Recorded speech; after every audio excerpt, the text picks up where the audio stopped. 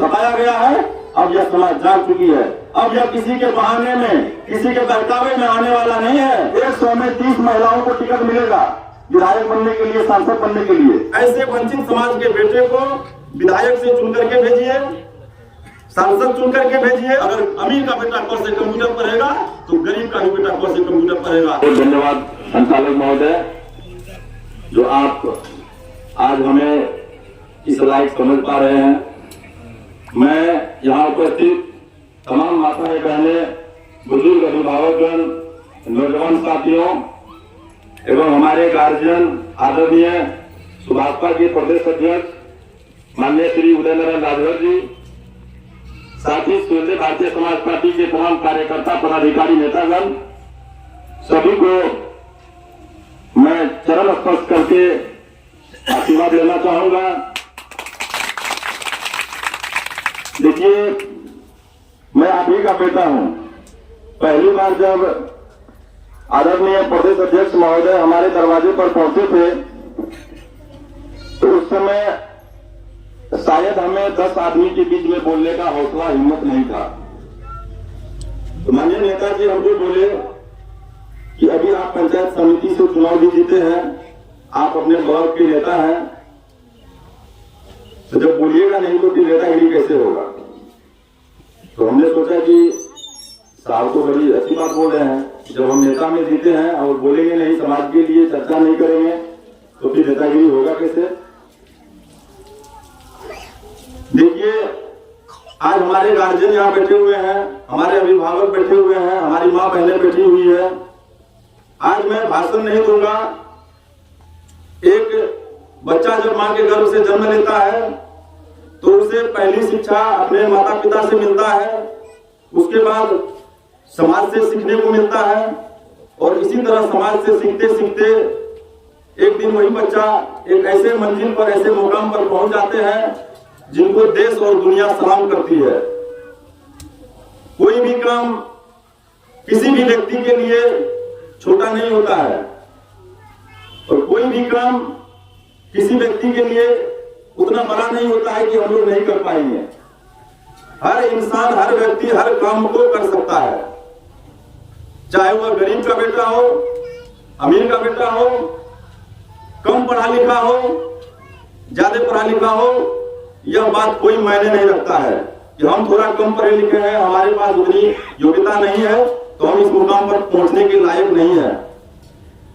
साथियों, आज आप ही के मधेपुरा जिला की मैं बात करूं तो आज लगभग 19,94,618 आबादी है, महिलाओं पुरुष को मिलाकर के कुल आबादी 449 गांव है, 15 थाने हैं, और सोच सकते हैं कि 20 लाख के करीब आबादी है मधेपुरा जिला की और शिक्षित मात्र 52.25% लोग हैं। 48% लोग यहाँ शिक्षित नहीं है, वो अंगूठा छाप है। क्या वो अपना भरण पोषण नहीं करते हैं? क्या वो अपने बच्चे को नहीं पढ़ाते लिखाते हैं? क्या वो समाज के बीच नहीं रहते हैं?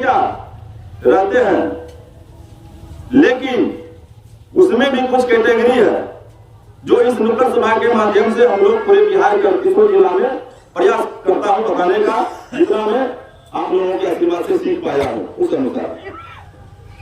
तो साथियों, यही 48% जो लोग हैं जो निरक्षर है, उन्हें शिक्षा की कोई ज्ञान नहीं है, यही है वंचित समाज, यही है शोषित समाज। किसी भी राजनीतिक पार्टियों के द्वारा इन्हीं का शोषण किया जाता है, इन्हीं का हक अधिकार लूट करके पटना के विधानसभा में, मंत्रिमंडल में, दिल्ली के लोकसभा में लोग पहुंचते तो हैं, लेकिन इन्हीं का हक हिस्सा को लूट करके वो लोग मलाई खाने का काम करते हैं और उन्हें कोई परवाह नहीं है कि हमारे समाज में आधे से ज्यादा आबादी लोग मूर्ख हैं, कम पढ़े लिखे हैं। उसके लिए कल्याणकारी योजनाएं तो लागू करते हैं लेकिन उन तक पहुंच नहीं पाता है। तो जो भी सत्ताधारी नेता है, चाहे वो पक्ष में हो, विपक्ष में हो, जो भी राजनीतिक दल है, अब आप लोग एक बात और जान लीजिए कि जो नेता पार्टी ज्यादा दिन से शासन में रहा है, हम लोग उसका नाम खुद जानते हैं, बीजेपी का नाम जानते हैं, आरजेडी का नाम जानते हैं, यूनाइटेड का नाम जानते हैं नीतीश जी का। एक समाज को सुधारने के लिए बाबा साहब डॉक्टर भीमराव अम्बेडकर ने जो समय सीमा दिया है किसी भी राजनेता के लिए, वो 5 साल। तो 5 साल में निश्चित रूप से एक नीचे से नीचे तबके के लोगों को सुधारा जा सकता है, उसे एक समुचित विकास के रास्ते पर पहुंचाया जा सकता है। इसके लिए उन्होंने 5 साल की समय सीमा संविधान के अनुसार तय किया। आज हमारे यहाँ 9 बार 10 बार मुख्यमंत्री शपथ लेते हैं, 20 साल एक आदमी शासन करते हैं, फिर भी आज जो डाटा है 100 में 48 आदमी मूर्ख है। क्यों? इसी सभी बातों को लेकर के आप लोग एक बार जान लीजिए कि जितने भी पार्टी दल बनते हैं, राजनीतिक दल जो बनाते हैं, अपने पार्टी बनाते हैं, इन्हीं सभी बातों को चुन चुन करके निकाल करके कि जब लालू यादव जी की सरकार 20 साल 18 साल रही, नीतीश जी की सरकार इतने दिन रही, एनडीए गठबंधन में इतना दिन आज तक चल रहा है सरकार, तो फिर ये लोग आज तक इतना पीछे क्यों है? उसी वंचित शोषित समाज को आगे आने के लिए राजनीतिक पार्टियां एक गठन करती है, एक पार्टी बनाती है, क्योंकि समाज का हक हिस्सा बात करने का अगर किसी को अधिकार है संवैधानिक रूप से, तो जब तक आपको एक प्लेटफॉर्म नहीं मिलेगा, जब तक आप एक मंच तैयार नहीं करेंगे, तब तक आप ऐसे रोड पर कहीं चिल्लाएंगे, किसी के हक की बात करेंगे, कोई सुनने वाला नहीं है। ये तब पूरा होगा जब आप किसी पार्टी से जुड़ करके समाज के बीच समाज को संगठित करके वहां से चुन करके ऐसे वंचित समाज के बेटे को विधायक से चुन करके भेजिए, सांसद चुन करके भेजिए, तो जब वो सदन पहुंचेंगे तो वही कानून बनता है।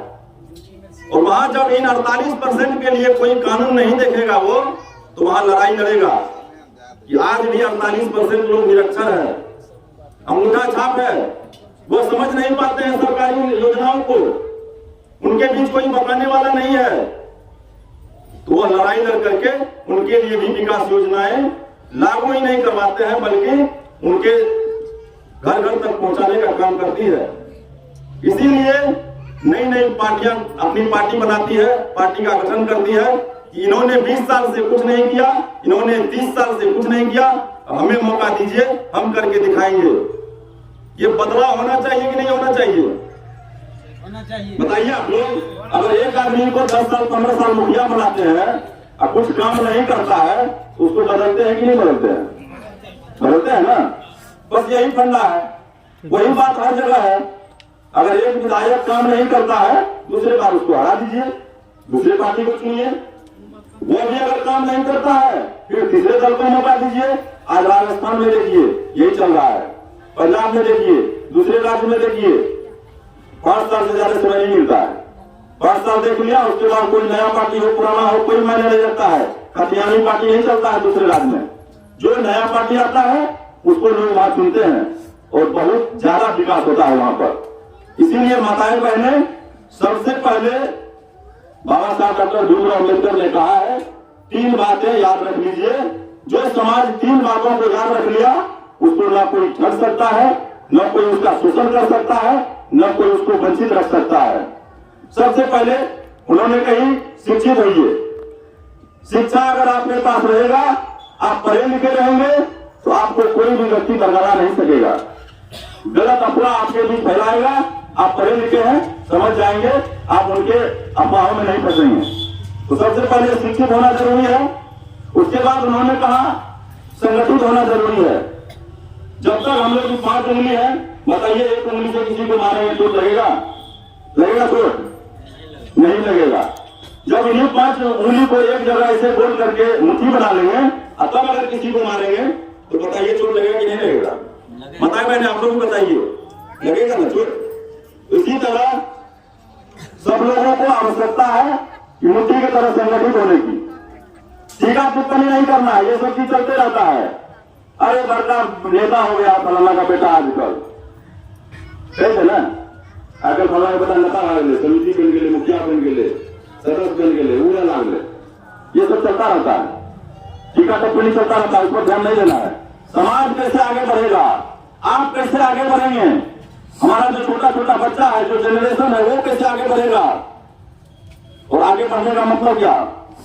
विधानसभा सरकार, जब तक वहां हमारा बेटा नहीं पहुंचेगा हमारे समाज से, वंचित शोषित समाज से, तब तक हमारे लिए कोई लड़ने वाला नहीं पैदा लिया है।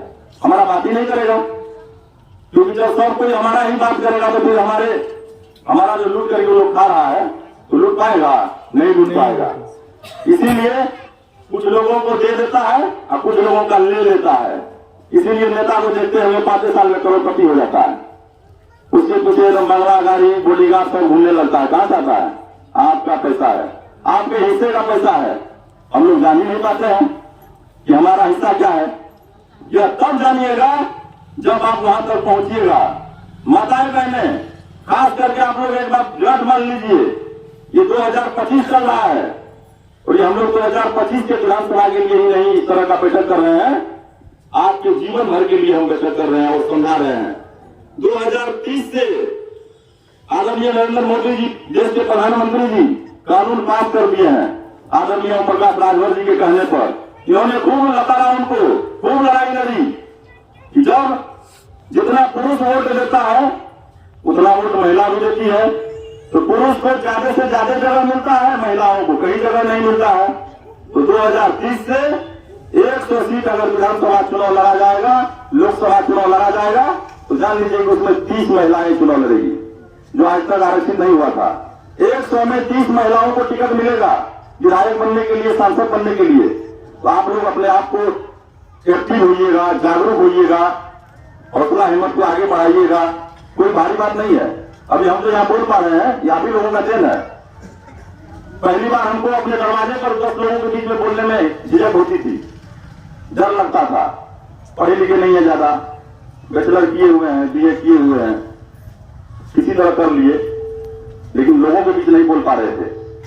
आज दिन है आप लोगों का आशीर्वाद का, आज दिन है माननीय उदय नारायण राजभर जी का, कि बिहार के अंदर लाखों की संख्या में लोग जुड़ते हैं और उस मंच से मैं बोलता हूं, अपने समाज के लिए बोलता हूं, वंचित शोषित दबे कुचले लोगों के हक अधिकार की बात मैं करता हूं। और दूसरे दल के लोग भी बोलते हैं कि मुन्ना जी आप बड़ी अच्छी तरह से लोगों को समझाते हैं, आ जाइए इधर। ऑफर भी मिलता है, लेकिन यह ऑफर मुन्ना मंडल जब तक जिंदा रहेगा, जिएगा स्वतंत्र भारतीय समाज पार्टी के लिए और मरेगा स्वतंत्र भारतीय समाज पार्टी के लिए। इतना बात आप लोग जान लीजिए। चाहे कितनी बड़ी पार्टी क्यों ना हो, कितना बड़ा से बड़ा ऑफर क्यों ना आ जाए, मुन्ना मंडल का पेड़ कभी डगमगाने वाला नहीं है। अगर इस पेड़ के पीछे अगर किसी का हौसला और हिम्मत, किसी का बताया हुआ मार्गदर्शन है, जो आज आप लोगों के सामने बैठे हुए हैं, एक बार मैं चाहूंगा कि आदरणीय उदय नारायण राजभर जी के लिए जोरदार ताली बजाएं। साथियों, माननीय ओम प्रकाश राजभर जी रहते हैं उत्तर प्रदेश में, लेकिन उन्होंने दिन रात बिहार के बारे में सोचने का काम किया। उन्होंने यहाँ की कुल आबादी को इकट्ठा किया। अगर बिहार में 14 करोड़ की आबादी निवास करती है, तो यहाँ किन किन समाज को आज तक हिस्सा हक अधिकार मिला है और किन किन समाज को वंचित रखा गया है, उन्होंने लिस्ट जारी करना शुरू किया। और जब उन्होंने डाटा लिया कि बिहार में चाहे राजभर हो, राजवार हो, राजवंशी समाज हो, राजदोब हो, चाहे कुम्हार हो, लोहार हो, चौहान हो, पासी हो, भिंड हो, मल्लाह हो, ऐसे बहुत सारी जातियां हैं जिनको आज तक राजनीतिक पार्टियां जो है दबा कुचला करके रखा है, उनका शोषण करके रखा है, उनको उनका वाजिब हक हिस्सा नहीं दिया गया है। तब जाकर के माननीय ओम प्रकाश राजभर जी ने आदरणीय उदय नारायण राजभर जी को कंधे पर जिम्मेदारी दिए। बिहार में जब इतनी सारी जातियां अभी तक शोषित वंचित है, तो जाओ समाज को जगाने का काम करो। साथियों, हम लोग केवल राजभर को जगाने का काम नहीं कर रहे हैं, हर उस जाति के दबे कुचले लोगों को जगाने का काम कर रहे हैं जो आज तक राजनीतिक गलियारों से, राजनीतिक हिस्सेदारी भागीदारी से कोसों दूर है। उन्हें कोई बताने वाला नहीं है, कोई समझाने वाला नहीं है। जातिवाद की बात सभी पार्टियां लोग करती है। अभी यहाँ से उठेंगे तो लोग भी कहेगा चौथुरा पर की तो राजभर का पार्टी है, राजभर सबका मीटिंग था। कभी कभी सुनने को मिलता होगा, ध्यान से बात, हर दल वाले जाति की बात करते हैं, घर बैठे गुणन करते हैं कि हमारे शाह समाज में कितने लोग हैं, हमारे यादव समाज में कितने लोग हैं, हमारे मुस्लिम समाज में कितने लोग हैं, हमारे मराठा समाज में कितने लोग हैं, हमारे पासवान समाज में कितने लोग हैं, हमारे माझी समाज में कितने लोग हैं। और हर समाज के लोग एक एक नेता को अपना नेता मान करके पार्टी बनाया है कि नहीं है? अगर आप माझी समाज की बात करें तो जितेंद्र माझी है ना नेता, पार्टी है ना उसका, वो अपने आप को गर्व से कहता है कि मेरा भी पार्टी है। आज यादव समाज की बात करें तो है सब लोग उस पार्टी में, लेकिन यादव समाज को गर्व होता है कि हमारा भी पार्टी है, लालू जी का पार्टी है। अगर आप कुल्लू समाज की बात करें, कुशवाहा समाज की बात करें तो उन्हें भी गर्व होता है कि हमारा नीतीश कुमार 2 बार मुख्यमंत्री बन रहा है, गर्व से सिला तोड़ा रहता है उनका।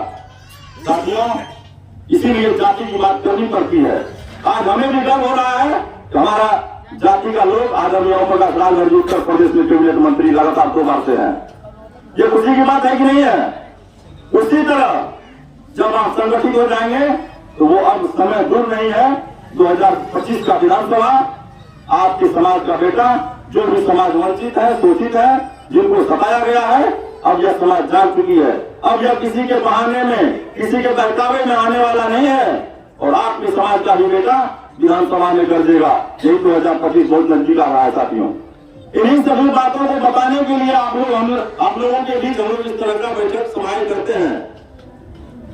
गर्व से बोलिए, अब हमें कोई नहीं कर सकता, अब हमें कोई नहीं रोक सकता। अब हम लोगों के बीच से भी नेता तैयार हो रहे हैं, नेता बन रहे हैं, और जो भी युवा साथी इधर उधर हैं, मन में कुछ चाहता है, बोल नहीं पा रहे हैं, मैं आग्रह करूंगा कि हमें भी आदरणीय नेताजी कहे थे कि मैं आपको नेता बनाना चाहता हूं, आइए आप लोग नेता बनिए और पूरे बिहार घूमिए मेरे साथ। आज बहुत अच्छा लग रहा है, करोड़ों की आबादी, लाखों की आबादी हम लोगों को पहचानते हैं। तो मैं चाहूंगा कि आप लोग भी अपने समाज से ऐसे युवा जो है, जो मन में चाहत रखते हैं, उभर कर आइए, हम लोग को संपर्क करिए, नेता बनिए। चलिए साहब, देखिए कितनों पर लिख लीजिएगा, नौकरी कर लीजिएगा, पैसे कमा लीजिएगा, लेकिन समाज के लिए हर व्यक्ति नहीं लड़ सकता है। समाज के लिए लड़ना यह कोई साधारण काम नहीं है साथियों। बोलने के लिए बहुत सारी बातें हैं। माताएं बहने, आप लोग अपने अंदर इस बात को समझिए कि जब तक हम लोग संगठित नहीं होंगे यह सब संभव है। जब चुनाव का समय आएगा तो हर व्यक्ति को बाबा साहब भीमराव अम्बेडकर ने पावर दिया है। किस चीज का पावर? बंदूक चलाने का पावर नहीं, वोट का पावर दिया है। और उस वोट के पावर में ऐसा ताकत है कि हजारों करोड़ों बम बारूद बंदूक से ज्यादा पावर है कि एक बार बटन दबाइएगा तो सरकार नीचे, एक बार बटन दबाइएगा तो नीचे से नीचे वाला लोग सरकार की गति पर जाके बैठ जाएगा। ये पावर आप लोगों को दिया है डॉक्टर भीमराव अम्बेडकर जी ने। हम लोग अपने पावर को जानते ही नहीं है। आप सही जगह वोट डालेंगे, आपके बीच शिक्षा का समुचित विकास बढ़िया से हो पाएगा। अभी क्या हो रहा है, 76 साल आजादी को बीत गए, हम लोगों का बेटा सरकारी स्कूल में पढ़ता है, क से कंप्यूटर पढ़ता है, नहीं पढ़ता है, क से कौवा, क से कबूतर, सरकारी स्कूल में नहीं पढ़ता है। बताइए माता बहने, बच्चे लोगों को सरकारी स्कूल में क से कौवा, क से कबूतर पढ़ाया जाता है, क से कंप्यूटर अभी तक नहीं पढ़ता है। वही प्राइवेट स्कूल में, कॉन्वेंट में जो बच्चा पढ़ता है उसको पूछिए तो कहेगा क से कंप्यूटर होता है। तो एग्जाम में वो पास करेगा कि मेरा आपका बेटा पास करेगा? तो बाबा साहब डॉक्टर भीमराव अम्बेडकर ने संविधान में ताकत दिया है, एक समान शिक्षा होना चाहिए। आज तक किसी भी राजनीतिक पार्टियों के द्वारा यह क्यों नहीं लोगों को बताया गया कि पूरे भारत में एक समान शिक्षा देने की अधिकार की बात है? तो फिर ये दोहरी नीति क्यों है? सुहेल देव भारतीय समाज पार्टी आज अपने एजेंडे को लेकर के पूरे देश में आप लोगों के बीच जन जन तक जाकर के ये बताने का काम कर रही है कि जब हमारी पार्टी सरकार में शामिल होगी तो एक समान शिक्षा नीति लागू होगी। जो गरीब का बेटा क से कौवा पढ़ेगा तो अमीर का भी बेटा क से कौवा पढ़ेगा, अगर अमीर का बेटा क से कंप्यूटर पढ़ेगा तो गरीब का भी बेटा क से कंप्यूटर पढ़ेगा। इसकी लड़ाई हम लोग लड़ रहे हैं। ये सही रहेगा कि नहीं रहेगा? बताइए, सही रहेगा ना? तो बहुत सारी मुद्दाएं हैं, समाज में सब लोगों को जागरूक होने की आवश्यकता है। अब ज्यादा मैं समय न लूंगा, लगता है कि मुझे बहुत ज्यादा समय मैंने ले लिया, क्योंकि आज थोड़ा मैं एक्साइटेड इसलिए था कि मैं आप ही का बेटा हूं और आप भी लोगों से सीख करके आज पूरे बिहार में आदरणीय नेताजी के प्रेरणा स्रोत लेकर के पहले 2-4 मिनट 5 मिनट में हम लोग खत्म हो जाते थे, बोलने के लिए कुछ रहता ही नहीं था। लेकिन अब घंटों घंटों अगर दिन भर खड़े रहेंगे, नेताजी को अगर सुपौल में, मधेपुरा में, मधुबनी में गाड़ी में लेट होगा मंच तक पहुंचने में, तो लोगों में पूरा लगेगा कि अभी तक भाषण शुरू नहीं हुआ, तो हम लोग उतना टेकअप कर लेते हैं बोलते बोलते। तो अब मैं जो भी बातें बच गई है हमारे आदरणीय प्रदेश अध्यक्ष महोदय बताएंगे।